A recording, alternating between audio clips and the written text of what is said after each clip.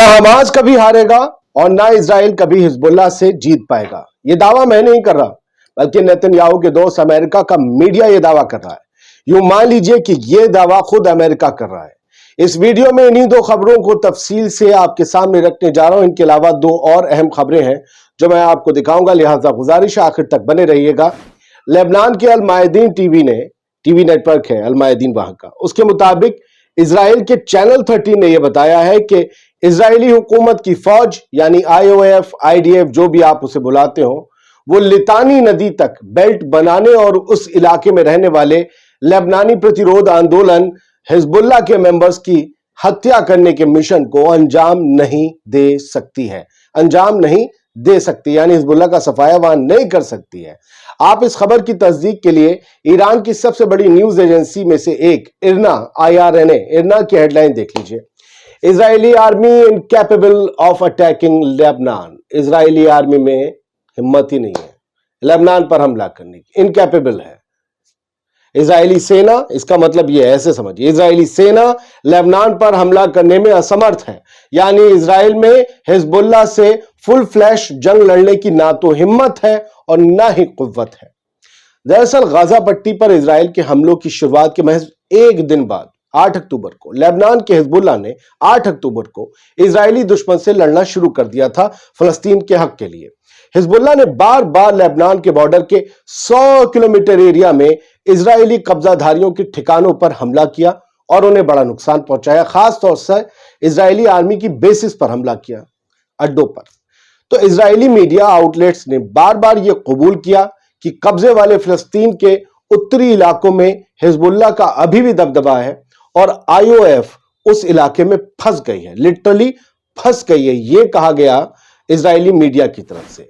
अब हम हमास की बात करेंगे, लेकिन उससे पहले आपसे अपनी टीम के लिए एक अपील है। यह है QR कोड। अगर आपको हमारी मेहनत, वीडियोस, उनमें जो ग्राफिक या जो भी हम चीजें यूज करते हैं वो आपको पसंद आती हो, तो उस टीम को सपोर्ट करने के लिए आप इस QR कोड पर जो डोनेट करना चाहें करें। चैनल बड़ा नया है, लेकिन दिन रात आपकी दुआ से और आप लोगों की मोहब्बत से तरक्की कर रहा है। इसकी आगे की राह आसान हो, यह आप पर डिपेंड करता है। आगे बढ़ते चलिए, अब हमास वाली खबर पर आते हैं। द न्यूयॉर्क टाइम्स अखबार ने, यह अमेरिका का अखबार है, उसने अमेरिका के अधिकारियों के हवाले से कहा है कि फिलिस्तीन के गाजा में हमास के ज्यादातर सुरंग नेटवर्क अब तक अछूते रहे हैं, अब तक अछूते रहे, इंटैक्ट, यानी उसे इजराइल छू नहीं पाया है। इस खबर को भी लेबनान की अल मायदीन वेबसाइट ने प्रमुखता से छापा और लिखा, thousands of Hamas fighters in northern Gaza, most tunnels intact. Al Mayadeen के मुताबिक न्यूयॉर्क टाइम्स का कहना है कि कम से कम हमास के 5000 लड़ाके अभी भी उत्तरी गाजा पट्टी में जमीन के ऊपर और नीचे यानी सुरंगों में, और रेजिस्टेंस मूवमेंट वहां पर एक्टिव है, यानी उसके लड़ाके 5000 जमीन के ऊपर नीचे हैं और रेजिस्टेंस मूवमेंट नॉर्थ गाजा में, जिसे तबाह कर देने का दावा करते हैं, वहां पर एक्टिव है।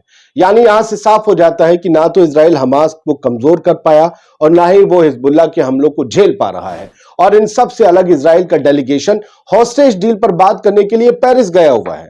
तो फिर सवाल यह है कि नेतन्याहू ने आखिर गाजा को बर्बाद करके हासिल क्या किया? क्या इजराइल हमास के मजबूत रहते हुए कभी भी गाजा पर फुल कंट्रोल हासिल कर पाएगा? मैं कहता हूं नहीं, यह महज एक बदसूरत ख्वाब है।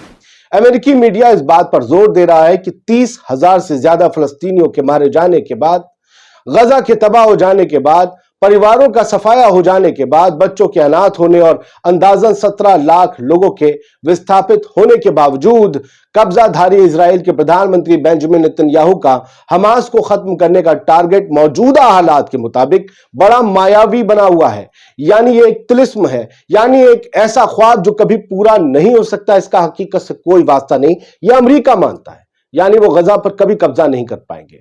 व्हाइट हाउस ने भी माना है कि हालांकि इजराइल के लिए हमास की तरफ से पैदा किए गए मिलिट्री खतरों को खत्म करना एक अटेनेबल गोल है, लेकिन हमास को पूरी तरह से खत्म करना कभी मुमकिन नहीं हो सकता, यह अमेरिका कह रहा है। यही वजह है साथियों कि इजराइल को बचाने के लिए एक तरफ अमेरिका जहां उसे हथियार दे रहा है कि बच के रहे, हमारी प्रॉक्सी है, तो वहीं दूसरी तरफ वो चाहता है कि 2 स्टेट थ्योरी पर काम हो, ताकि इजराइल और फिलिस्तीन दोनों की सरहदें मुकर्रर हो जाएं जिससे इजराइल हमास के खतरों से हमेशा के लिए महफूज हो जाए।